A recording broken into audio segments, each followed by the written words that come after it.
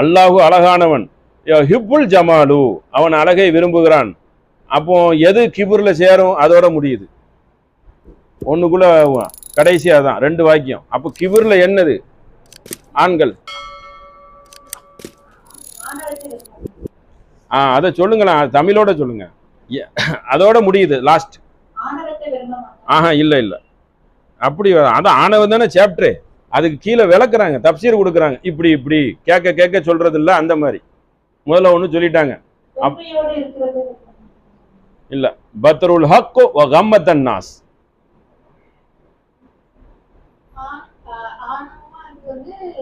இல்ல, ஆண்கள். இல்ல இல்ல, அது இல்ல. அதோட முடியுது. 2 வாக்கியம் இருக்குது. 2 வாக்கியம் யார் சொல்றாங்க? அதுக்கு விளக்கம் கொடுக்குறாங்க. முக்கியமானது ஆண்கள். இது வரைக்கும் முடிஞ்சிருச்சு. கடைசி 2ஓட அதோடைய அந்த அதுக்கு அர்த்தம் வந்துடும். அர்த்தமும் சொல்லணும்ல. அவங்க கேட்குறாங்க, நிக்குது பாருங்க ஒண்ணு. அப்போ ஆணவ பிடித்தவர்கள் யார் அப்படிங்கிற கேள்வி வரவே இல்லையா? அதுக்கு விளக்கம் என்ன வருது? நல்ல ட்ரெஸ் போட்டுக்கிறங்க, நல்ல இது போட்டுக்கிறங்க, அல்லாஹ் அழகானவன், அழகையே விரும்புகிறான் அப்படிங்கிறது இருக்கு. அப்போ அந்த ஒரு இது நிக்குது பாருங்க, ஒரு வாசகம்.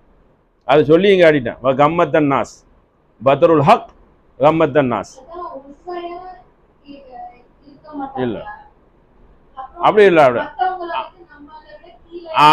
இப்போ அதை எப்படின்னா, இல்ல இல்ல, உண்மையை மறுப்பது. அதுக்கு நான் என்ன சொல்றேன், நேரடி ஒரு அர்த்தம் ஒண்ணு வரும்ல உங்களுக்கு. உண்மையை மறுப்பது நாஸ், மனிதர்களை கேவலமாக நினைப்பது. 2 தான். இதுதான் உங்களுக்கு ஆணவத்தின் உச்சத்துல சேரும். அவனை கேவலமா நினைப்பது, நம்ம உண்மையை சொல்ல மறுக்கிறது ஆணவத்தில். இது என்ன உண்மை கிடையாது, அதை என்ன செய்யறான், அதுதான் அதோடைய ஒரு செயல் அப்படிங்கிற. சரி, அடுத்த கேள்வி. வீண் விரயம் செய்யக்கூடியவர்கள் எதன் உடன்பிறப்புகள்? பெண்கள். ஈஸியானது தான், சொல்லிடுவாங்க. வீண் விரயம் செய்யறாங்களா, அவங்க யாரின் உடன்பிறப்புகள் சொல்லி அல்லாஹ் மேற்கோள் காட்டுறான். சைத்தானின். அதுக்கப்புறம் சைத்தானை பத்தி அதோட இன்னொரு சேர்ந்து வருது, டேஸ், அதோட முடியுது. சைத்தான் அல்லாஹ்வுக்கு எப்படி இருக்கிறான்? அது ஒண்ணு. அடுத்து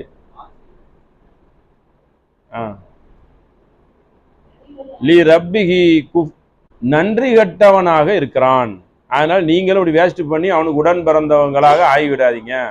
அதோட நமக்கு என்ன செய்யணும், அளவோட நம்ம சாப்பிட்றது கொள்றதெல்லாம் கவனிச்சு அந்த வீண் விரயம் செய்யறத தவிர்த்திடணும்.